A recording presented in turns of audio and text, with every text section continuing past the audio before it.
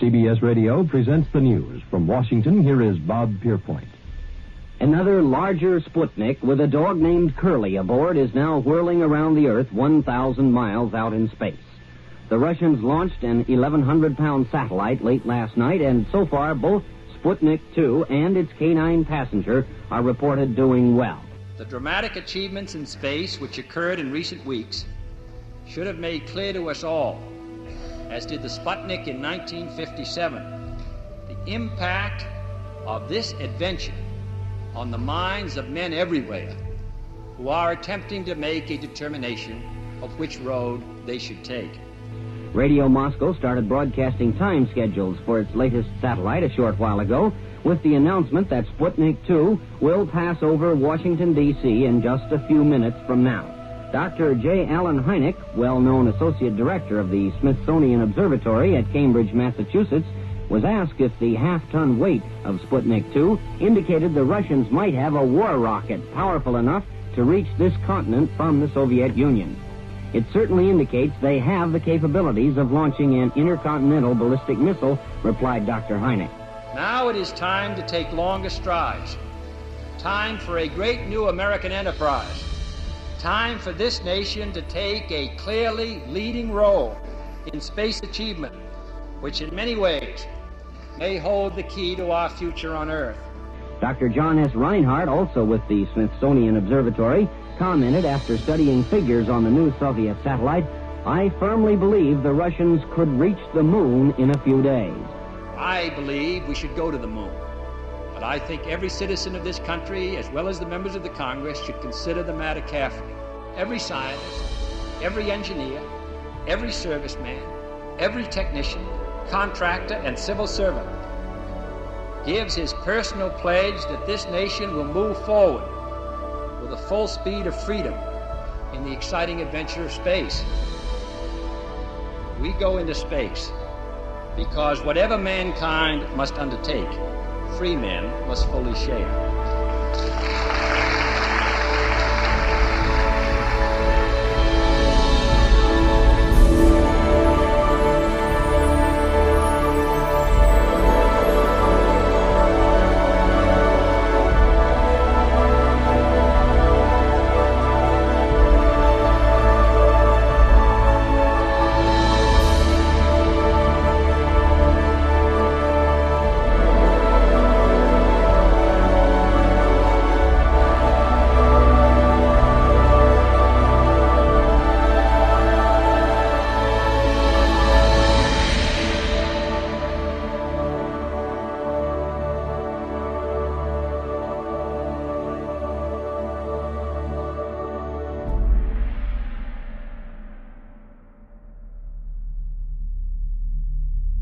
On January 25, 1994, the Deep Space Program science experiment known as Clementine was launched from Vandenberg Air Force Base.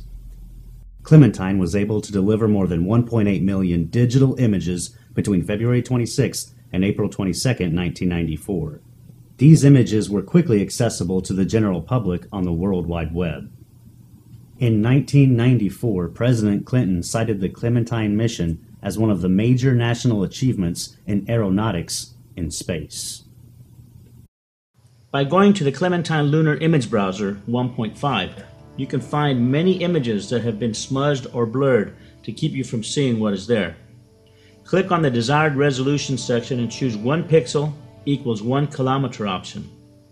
Then by going to the image size in pixels option, choose 768 by 768. You are now ready to see for yourself a huge object on the surface of the moon.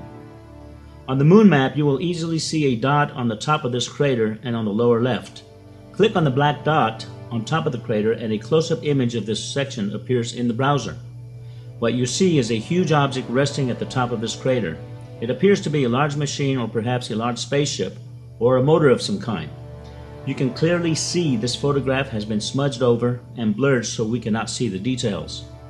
This little gem was discovered and brought to the attention of moon researchers all over the world by Joseph P. Skipper on May 28, 2004. I decided to hire an imaging forensics expert to take this photo and to try and remove the blurring to reveal what is underneath. Jim Horrocks, an imaging forensics expert, who has worked with the Los Angeles Police Department, was sent this photo, and his findings were written in a report he submitted to the production. First of all, the astounding measurements he made reveal an object that is 10 times the size of Los Angeles. 10 times the size. This in itself is an incredible detail about the size of this object. By using Adobe Photoshop and some of the filters available within the program, we were able to see more of the details that were lost due to the blurring applied by whoever did this for NASA and the Clementine mission archives. This enormous object seems to be some form of a machine or possibly a spacecraft. In all the enhancements made independently, it appears there may have been what appears to be a giant humanoid wearing a jumpsuit and possibly working on the front portion of this contraption. This may or may not be a giant humanoid. Perhaps the shadows seem to reflect something of a human form. We will never know until NASA releases this photograph unblurred and with the clarity available for us to see. By clicking on the new lunar map now available, you will now see that the same crater is available for viewing in all its clarity. There is no object there anymore, and there is no smudging of anything near or within the crater. We have to ask ourselves, if there is nothing on the moon that suggests alien moon bases, strange structures, machines, and possible civilizations thriving there, then why has there been a deliberate tampering of these and thousands of images we will present here in this film? One of the many challenges I had to deal with in making this film was how the structures on the moon were to be presented. Unfortunately, most of all the Apollo and Orbiter photos are black and white. Many photos are in low resolution, so zooming into them for a closer look causes the photos to blur and become pixelated, making it impossible to see details of what's on the surface. While I was designing a poster for the film in Photoshop, I decided that I did not want a black and white photo in the background of the poster. So I decided to color the background image I was using so I would have a full color poster for the film. I took some full color aerial photos of landscapes that closely resemble the distances of the moon's surface, turned them into black and white photos, and compared them to the moon photo I was about to airbrush. Noticing the different shades of the aerials from Earth and the colors represented, I then started making a color palette in Photoshop. All I did was airbrush the colors onto the moon photo as they appeared on Earth. But the structures and other objects on the moon revealed themselves. I was so overwhelmed at the results, I have now colorized over 247 photos. Now that I had come up with a format and a routine for colorizing the moon, I decided to gather the most famous Apollo moon anomaly photos that researchers from all over the world had been presenting for years and decided to colorize them. This is one of the many original NASA photos that has some very unique anomalies, especially here in this area. This is what it looks like after we bring up the contrast to eliminate the brightness applied to distort the image. And this is what it looks like after applying my colorizing process to it. So remember, these are colors and tones I used from Earth photography applied to the moon's surface. With Earth colors applied, you can see all the details with depth perception as never before. By painting the moon with Earth colors and tones, we can now see what has been there all along for us to view.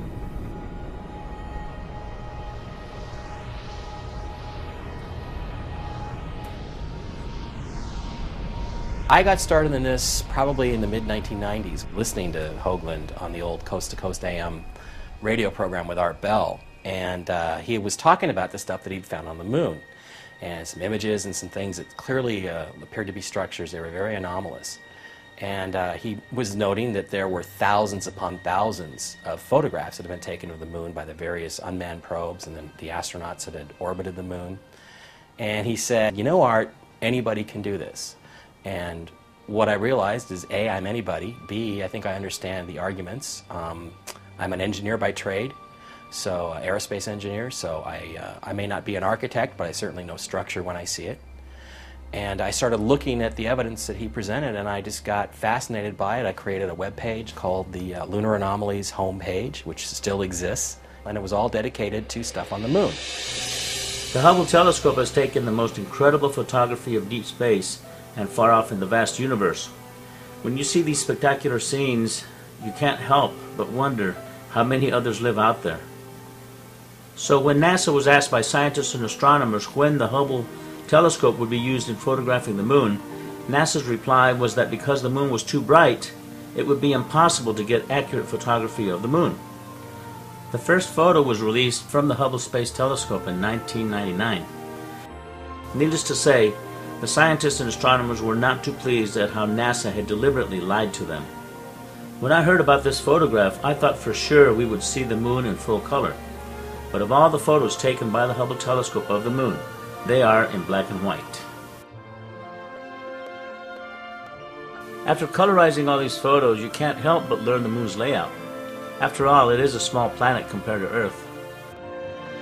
Prepare yourself for an incredible expedition as we now take you back to the moon on a voyage filled with mystery and secrecy.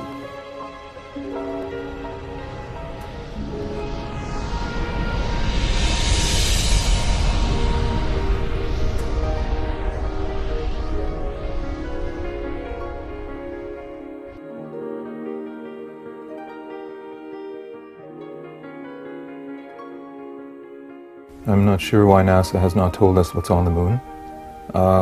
In a way they have told us, because the pictures are there and there's hundreds of them. So anybody can do what I did and go and look at the pictures and enlarge them and see what there is. NASA has been there, but we haven't been back since 1972. And you've got to sit there and wonder why that is. It's our closest celestial neighbor in the heavens. You can see it every night when you walk outside, and really there's so much mystery about it still to this day. Many people seem to think that the Apollo program answered a lot of these questions, and in many ways it did, but we, the general public, have never been privy to any of those answers.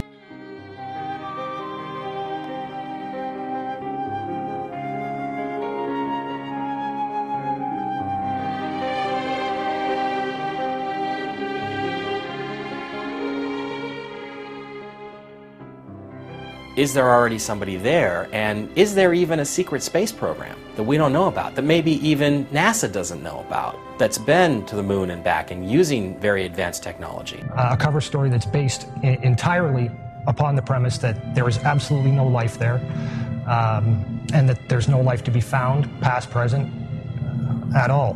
That's simply not the case. So I certainly believe that some of the stuff that we're finding on the moon may be alien, extraterrestrial in origin. It may be ruined, ancient, abandoned extraterrestrial ruins. Some of it may be active, and some of it, in fact, may be our own stuff. I don't think there's any possibility that NASA is not aware of the civilizations on the moon and the structures. They're very obvious, easy to see.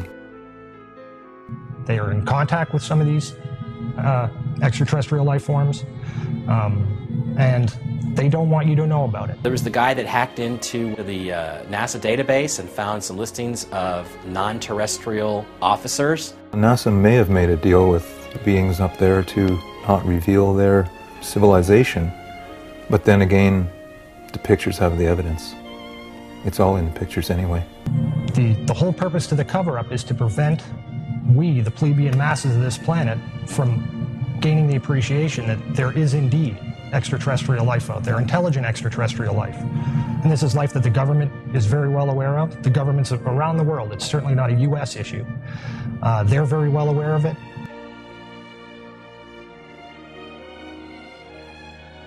Because you've been lied to, you've been robbed of something that you deserve, which is to know what your true history is and what your true significance is in this world.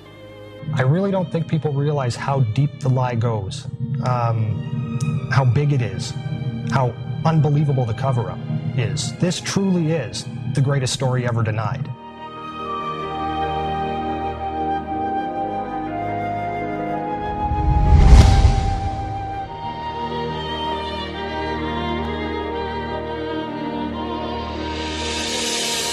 It is the most amazing secret never told.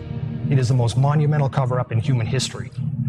And hopefully, the public will take a movie like this and it will begin to open up some doors, begin to open up some windows to the truth, whether it's from the government, whether it's from other insiders who can now come forward and begin to tell their stories of what they did and their involvement in this cover-up to get the truth out there. I think the world's ready for it. And hopefully a movie like this will push that forward a little bit and speed the process up. The very word secrecy is repugnant in a free and open society. And we are, as a people, inherently and historically opposed to secret societies, to secret oaths, and to secret proceedings. We decided long ago that the dangers of excessive and unwarranted concealment of pertinent facts far outweighed the dangers which are cited to justify it. And there is very grave danger that an announced need for increased security will be seized upon by those anxious to expand its meaning to the very limits of official censorship and concealment. That I do not intend to permit to the extent that it's in my control. And no official of my administration, whether his rank is high or low, civilian or military, should interpret my words here tonight as an excuse to censor the news, to stifle dissent, to cover up our mistakes, or to withhold from the press and the public the facts they deserve to know. By playing around with these images, using modern software techniques, some of the results really are eye-opening. And again, it really comes back to, you've got to ask yourself the question, why do NASA, or any of the other space agencies, or any of the major observatories, why will they not show you any of the new adaptive optics imagery of the moon? They simply won't show it to you. They don't have any, they claim. A report was prepared under contract to NASA by the Brookings Institute, Washington, D.C. The report outlines the need to investigate the possible social consequences of an extraterrestrial discovery and to consider whether such a discovery should be kept from the public in order to avoid political change and a possible devastating effect on scientists themselves due to the discovery that many of their own most cherished theories could be at risk.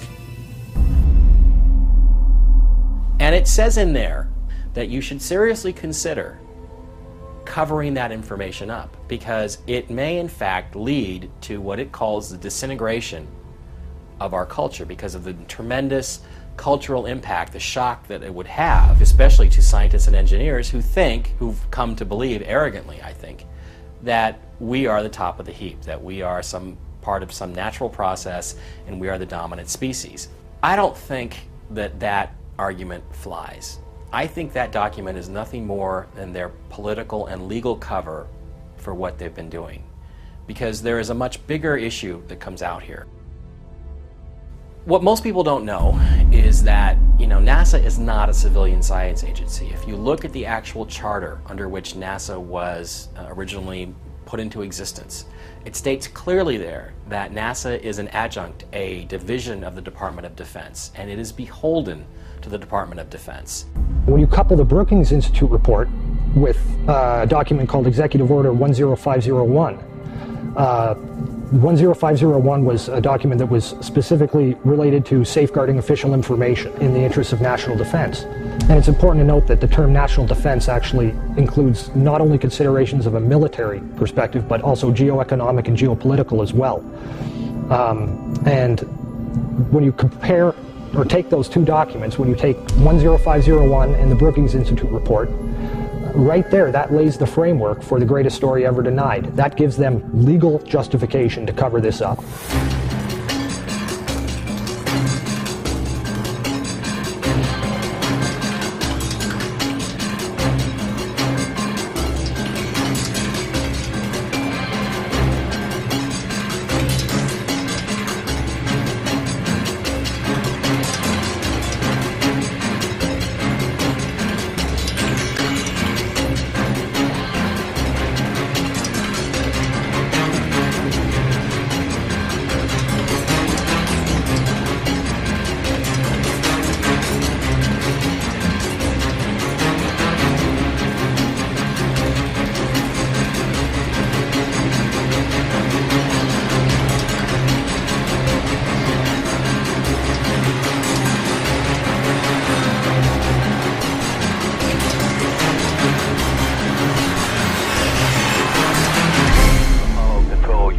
Switching now to the voice of Jim Lovell.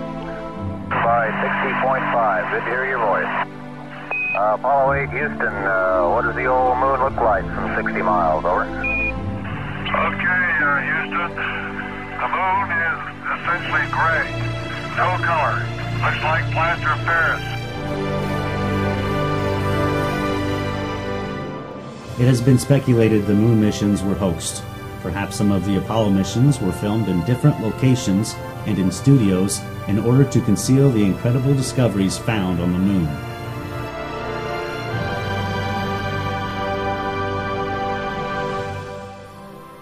In 1979, Marie Chatelain, former chief of NASA Communications Systems, confirmed Neil Armstrong had indeed reported seeing 2 UFOs on the rim of a crater. The encounter was common knowledge at NASA, he revealed, but nobody has talked about it until now.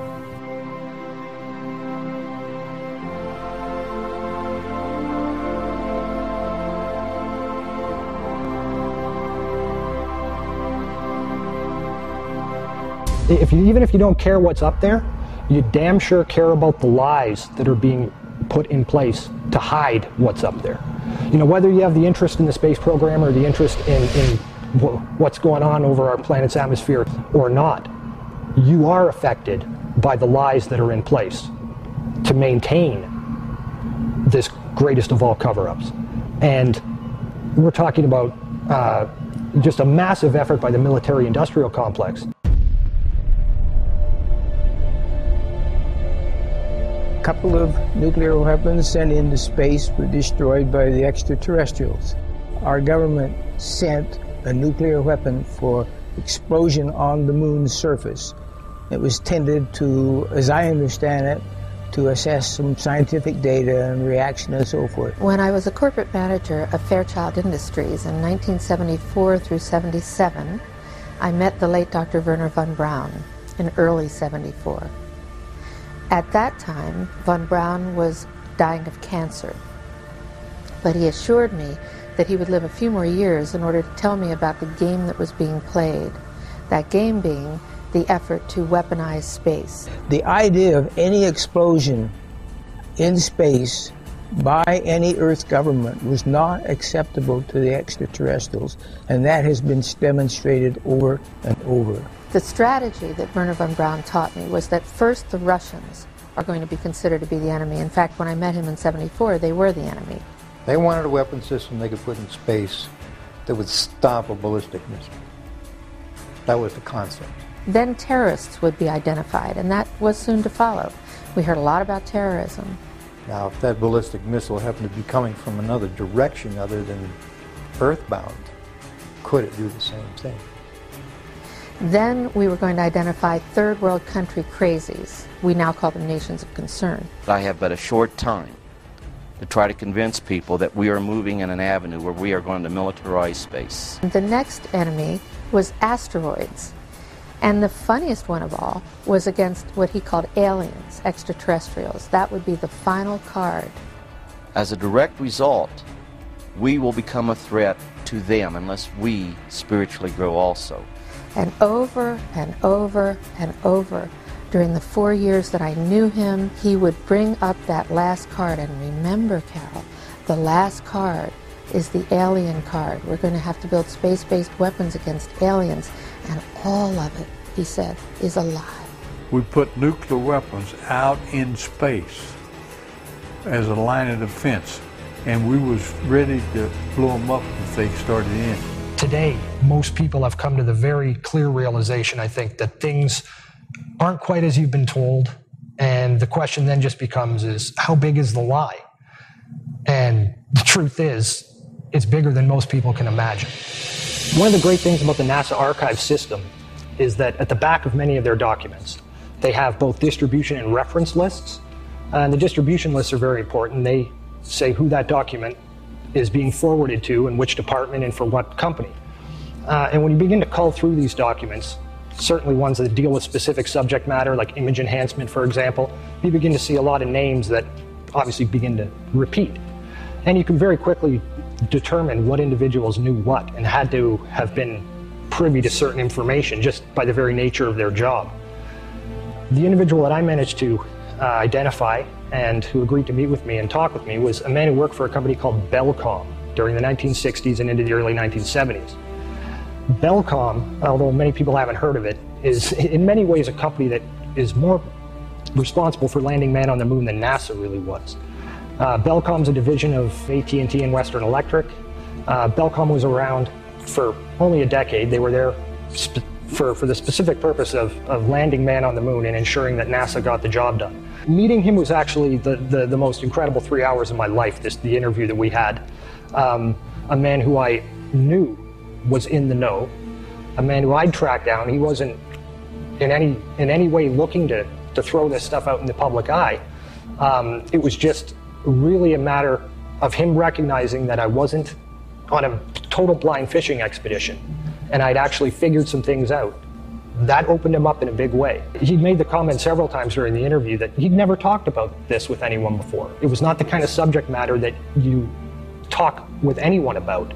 The people that were in a position to be in the know, to have at least some high level of understanding of what was really going on, these individuals are also very well aware of what their government is actually capable of. A guard told me that he was asked to burn some photographs and not to look at them.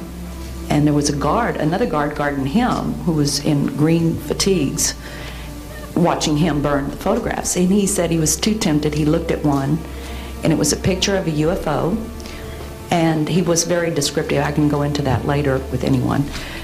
He immediately was hit in the head, and he had a big gash in his forehead. He was knocked out, and he's terrified, so he would have to be protected. Another incident, I knew someone in quarantine with the Apollo astronauts.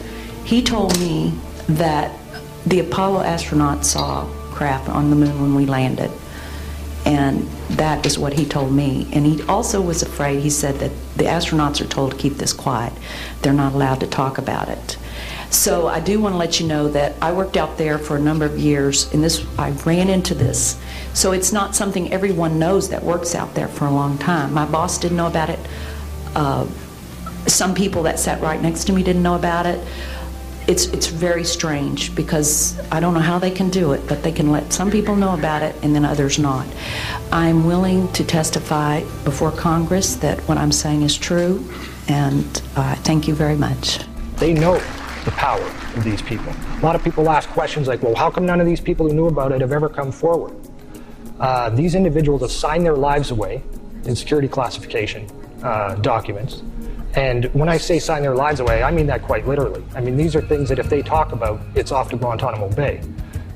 This is the greatest secret in not only the United States military and the United States government, but around the world. So really, for a lot of these individuals, and there are many other investigators out there who will tell you this, that one of the only ways these individuals have to ever put the truth out is to do it through a proxy. They find another individual, or another individual finds them, and they talk a little bit about what they know. They're usually very, very careful when they talk about it, because they don't want trails leading right back to them. With this gentleman, I think a great deal of his openness had to do with the fact that he knew he was dying, and he knew that he was just fed up with the government's behavior. So he was more than willing, knowing that I had understood at least a little bit of what was going on, he was much more willing to open up to me. On November 20th, 1969, the Apollo 12 astronauts did an experiment with some strange results. They crashed the lunar module ascent stage into the surface of the moon. Shockwaves reverberated throughout the moon for over an hour. Some have likened this to ringing like a bell. These results were repeated during the Apollo 13 mission. However, this time the shockwaves lasted for over 3 hours. Hollow moon researchers say that this is proof that the interior of the moon was hollowed out by artificial means. MIT's Dr. Sean C. Solomon wrote, "The lunar orbiter experiments vastly improved our knowledge of the moon's gravitational field, indicating the frightening possibility that the moon might be hollow." On March 7, 1971, instruments placed on the moon by the Apollo astronauts recorded a cloud of water vapor passing over the surface. The event lasted for over 14 hours and covered an area of at least 100 square miles. The Earth is thought to be around 4.6 billion years old, while rocks from the Moon were found to be around 5.3 billion years old, and the dust the rocks were found in is thought to be about 1 billion years older than that. This information conflicts with the theory that the Moon was produced by a collision the Earth had with another body earlier in its history. One of the things you've got to keep in mind as well when you're looking at NASA imagery is that although the sky may appear black in those frames, in many instances, when you enhance that image, you discover that there's actually an incredible amount of image detail that's just buried in the darkness of that image. But when you amplify that scene and you begin to see what's hidden there in the sky, you can begin to make out shapes. There's a few images that show structuring. And this is all done in an effort to both hide the truth, but as well to leave a bit of the truth there for you. And again, a lot of people don't want to believe they do that, but they do. That's all part of the dripping faucet technique, where they give you tiny little bits of the truth, and you can begin to fill it, put it together for yourself. One of the frames that really demonstrates the way they use this dripping faucet technique is a frame known as 20680 from the Apollo 17 mission. For 30 years, this frame was officially listed in their catalogs in the Apollo 17 Photographic Index as being a blank, no image data frame, a frame that has got nothing on it. While this image is most definitely sunstruck and overexposed, blank it most certainly is not.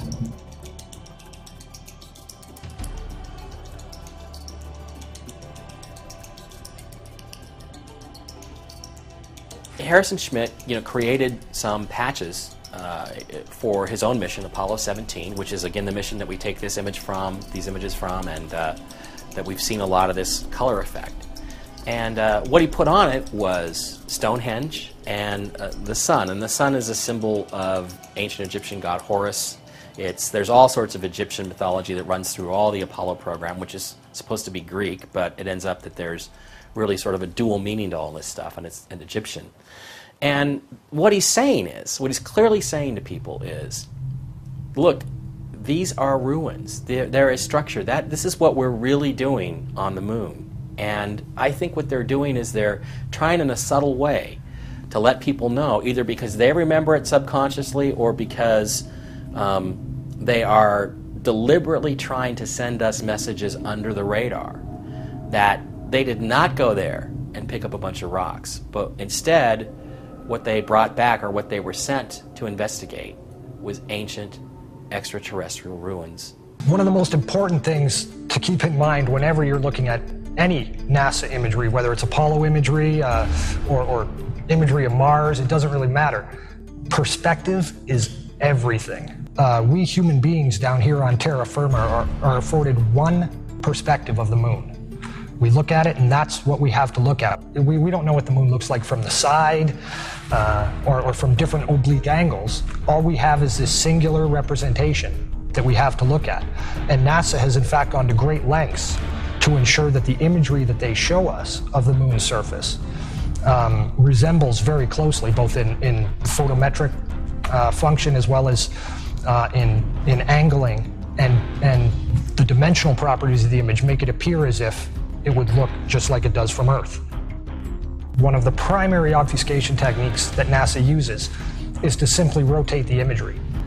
They insert a false horizon in their oblique imagery, so by turning these images upside down, it alters vertical objects, suddenly don't cast shadows anymore. The shadows aren't in the right places.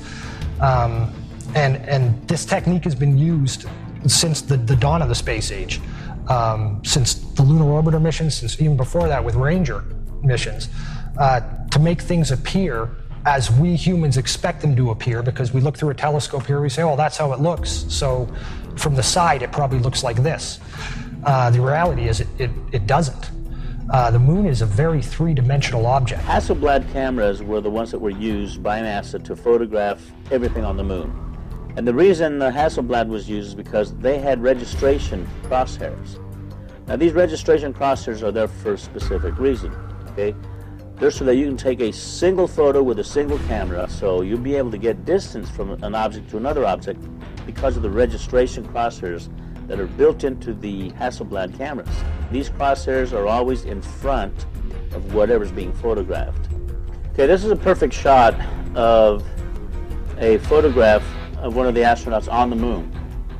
Now here you see the crosshairs from the Hasselblad camera. Okay, you can clearly see that they are even in the darkness of space. But you can clearly see that the crosshairs are there in exactly the positions they should be.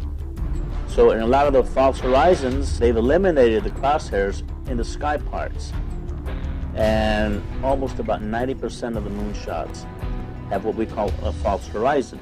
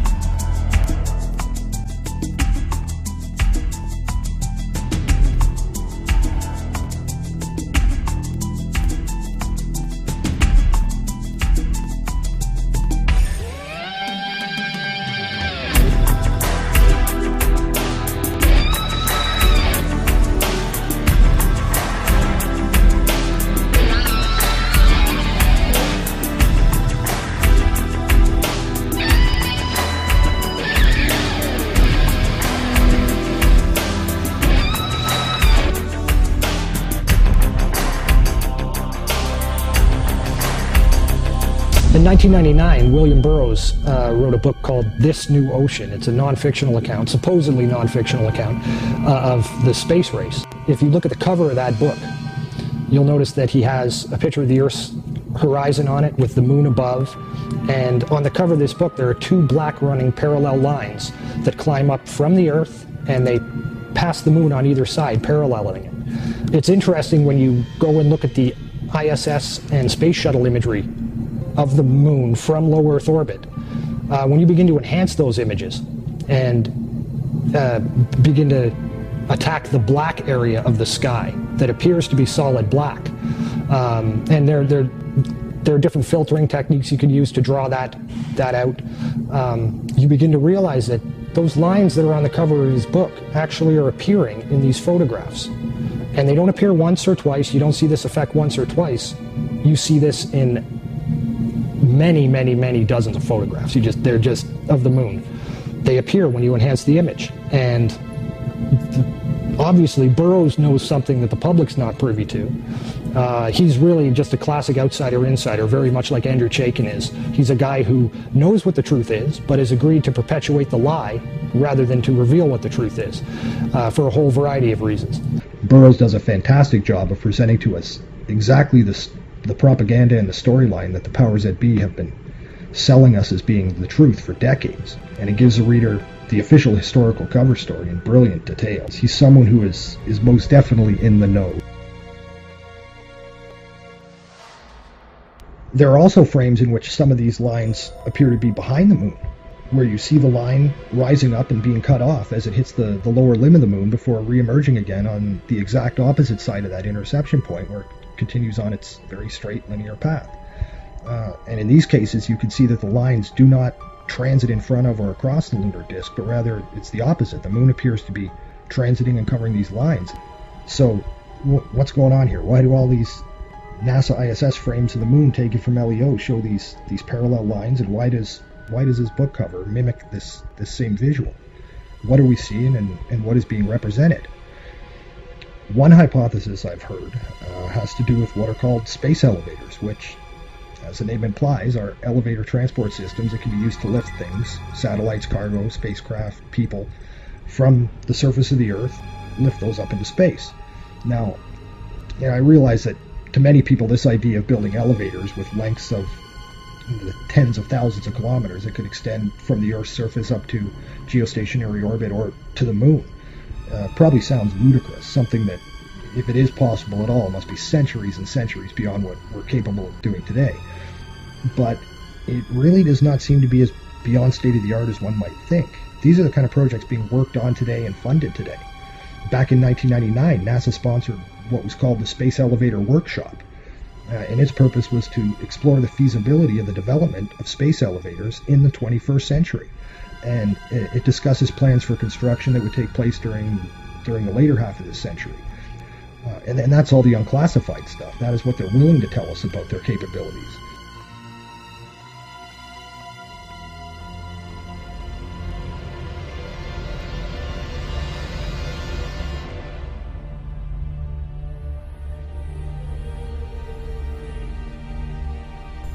Were the Egyptian pharaohs and clergymen of their time aware of subterranean places that had celestial functions?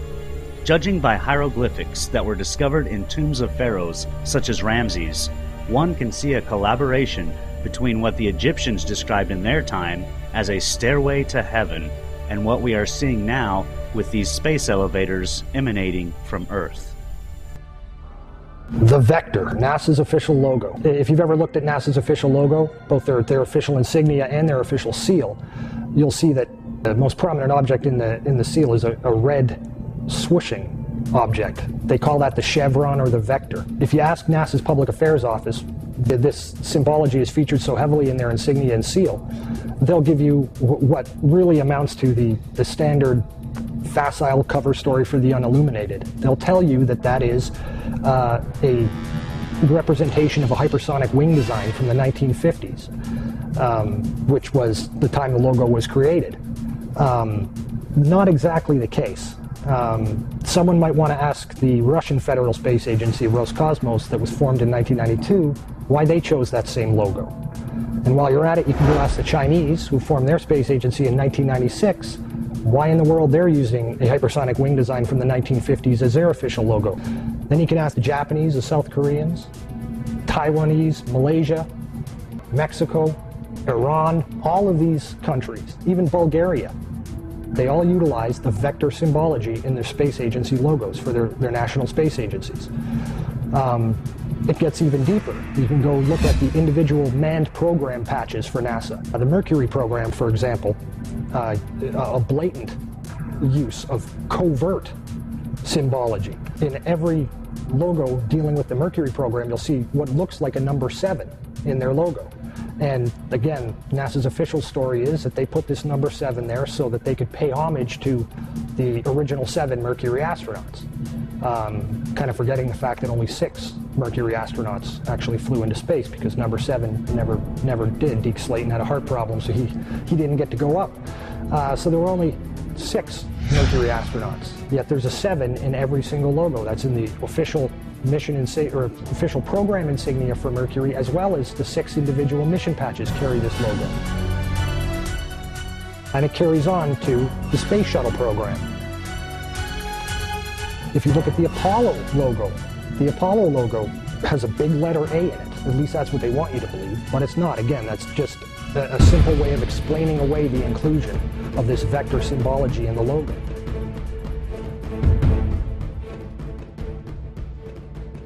If you go to the Space Shuttle program, the original Space Shuttle STS program patch is a triangular patch that, again, hides the use of the chevronic vector symbology. And that also goes for many of the STS-specific mission patches. Every single one of the International Space Station expedition patches carry the vector symbology. The Russian Mir space station used the vector symbology. That was their official logo. You can even go deeper and look at military-industrial complex companies. Look at the logo on a company like Lockheed Martin, 2 vectors. The X-Prize logo, Ames Research Labs, U.S. Space Command. When you get into the military realm, the United States Space Command, their official logo is the vector symbol. And when you look at the military's individual space-specific programs, all of them deal with vector symbology in their official insignias. And the question really becomes, who or what are these people paying homage to? And the truth, quite frankly, is out of this world.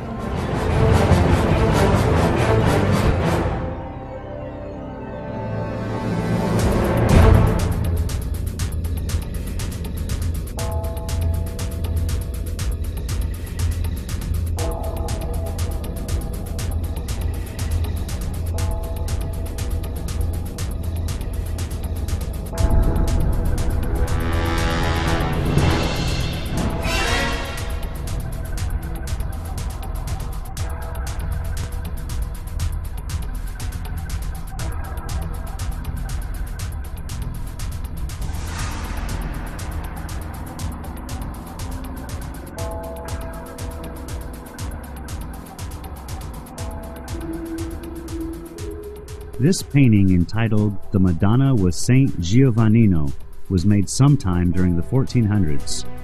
The artist's name is not known, but at first glance you can notice a UFO shape in the sky to the right side of the Madonna. If you were to see the original full-size painting, you would see the object clearly. Looking at the enlargement, you can see a man and his dog standing and looking up at the object. However, this painting has something else being depicted. On the left side of the painting, you see the sun and some vector-like objects seemingly flying from or toward the sun. Perhaps this artist was trying to tell us something. In another painting of the Madonna made by a completely different artist, the unusual patterns of the sun and the vector-like symbols have also been added prominently on the Madonna's cloak. You can see the same symbology on this painting as on the one before. This time, however, there is no UFO object to be seen anywhere in the sky. This footage was taken over Mexico City in 2002. There were many other videos and photographs taken of this same type of object, clearly resembling the shapes as seen on the visor of the astronaut, on the moon, and depicted in the 14th century paintings of the Madonna and Child. There is probably a larger story behind the vectors, but it is very unusual this symbology has been adapted by all the United States and foreign space agencies, especially enemies like Iran and others who are also making missions to the moon. Switching now to the voice of Jim Lovell. By 60.5, good to hear your voice. Apollo 8, Houston, what does the old moon look like from 60 miles, over? Okay, Houston, the moon is essentially gray, no color.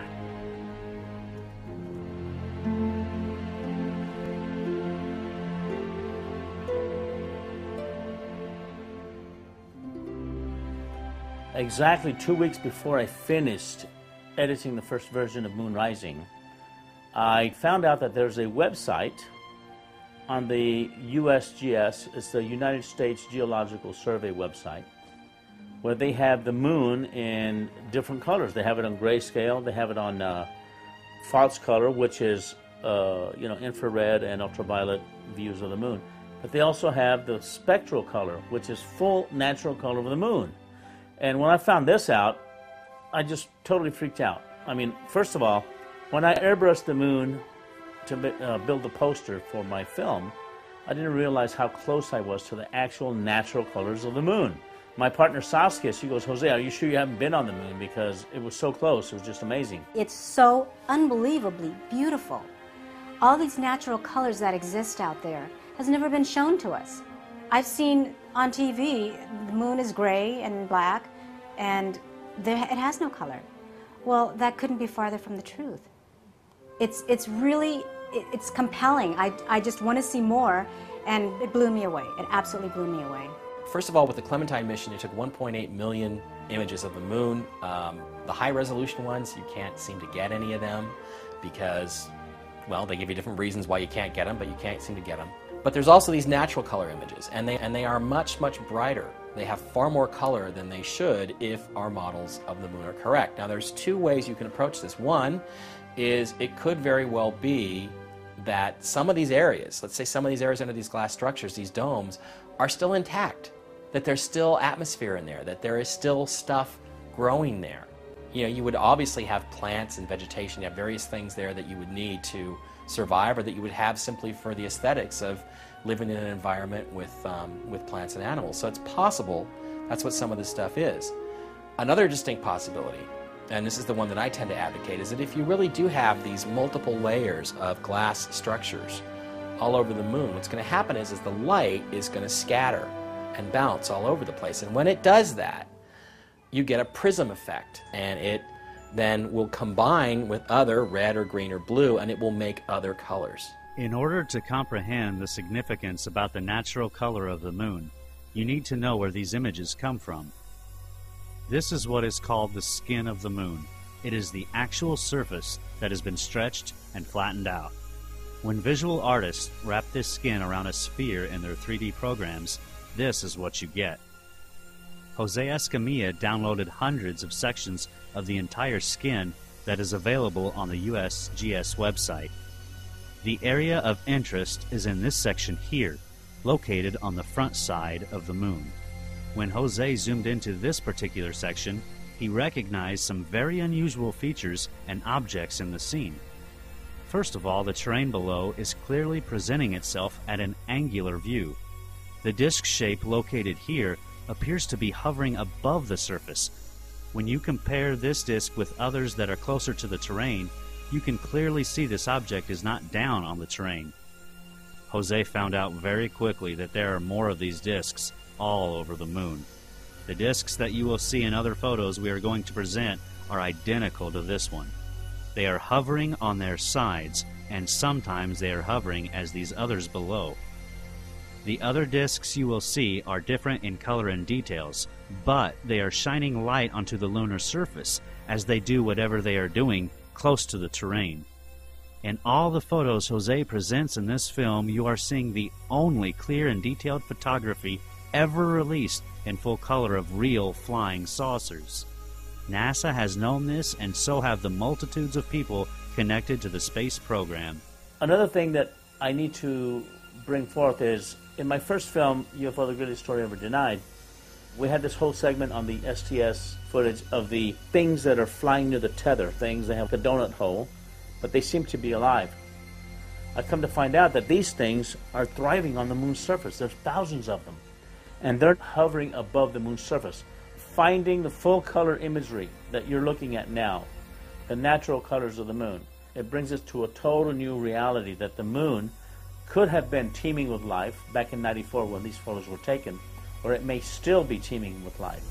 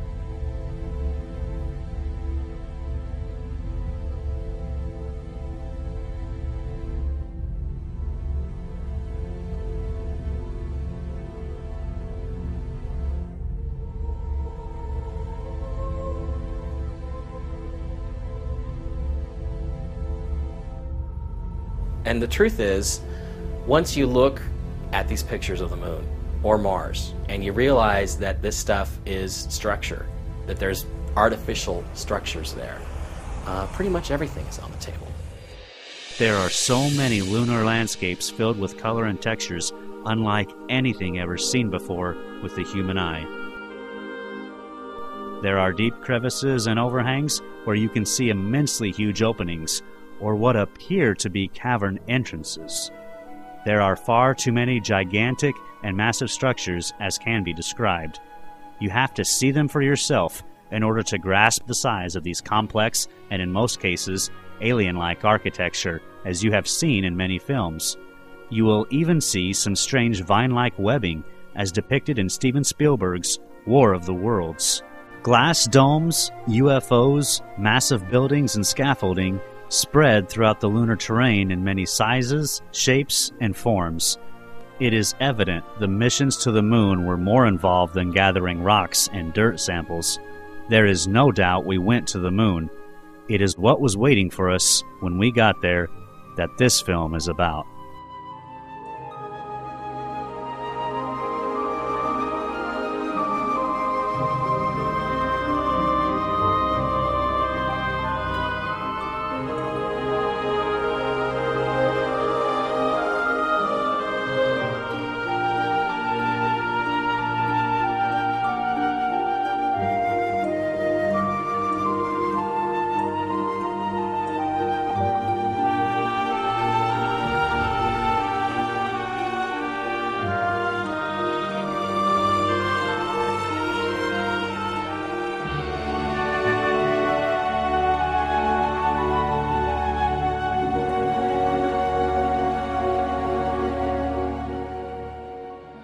finding the full color imagery that you're looking at now, the natural colors of the moon, it brings us to a total new reality that the moon could have been teeming with life back in '94 when these photos were taken, or it may still be teeming with life. I think they are still there. They were there in the 70s when the last Apollo mission was there. I found lights on. It seems that, at least in some areas of the moon, that the lights might still be on.